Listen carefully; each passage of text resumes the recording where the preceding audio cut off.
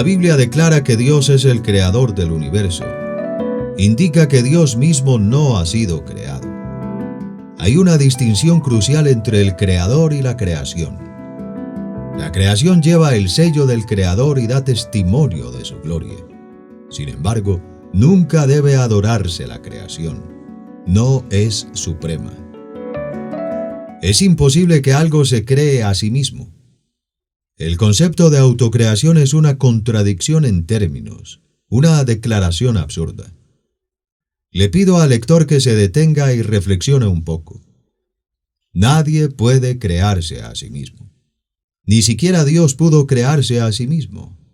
Para que Dios se creara a sí mismo, tendría que haber sido antes de ser Él. Ni siquiera Dios puede hacer eso. Todo efecto debe tener una causa. Esto es cierto por definición. No obstante, Dios no es un efecto. Él no tiene principio y por lo tanto no tiene causa precedente. Es eterno. Siempre ha sido o es. Tiene dentro de sí mismo el poder de ser. No requiere la asistencia de fuentes externas para continuar existiendo. Esto es lo que significa la idea de autoexistencia. Hay que admitir que es un concepto elevado e impresionante. No conocemos nada que se le parezca. Todo lo que percibimos en nuestro marco de referencia es dependiente y ha sido creado. No podemos comprender del todo algo como autoexistente. Pero solo porque sea imposible, por definición, que una criatura exista por sí misma, no significa que sea imposible para el Creador ser autoexistente. Dios, al igual que nosotros, no puede crearse a sí mismo. Sin embargo, Dios, a diferencia de nosotros, puede autoexistir. Sin duda, esta es la esencia misma de la diferencia entre el Creador y la creación. Esto es lo que lo hace el Ser Supremo y la fuente de todos los demás seres.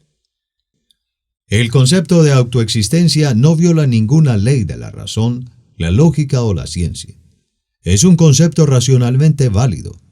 En cambio, el concepto de autocreación viola la ley más básica de la razón, la lógica y la ciencia, la ley de la no contradicción.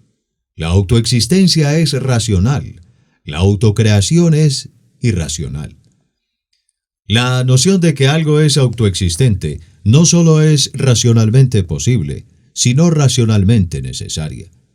De nuevo, la razón exige que si algo es, entonces debe tener dentro de sí mismo el poder de ser.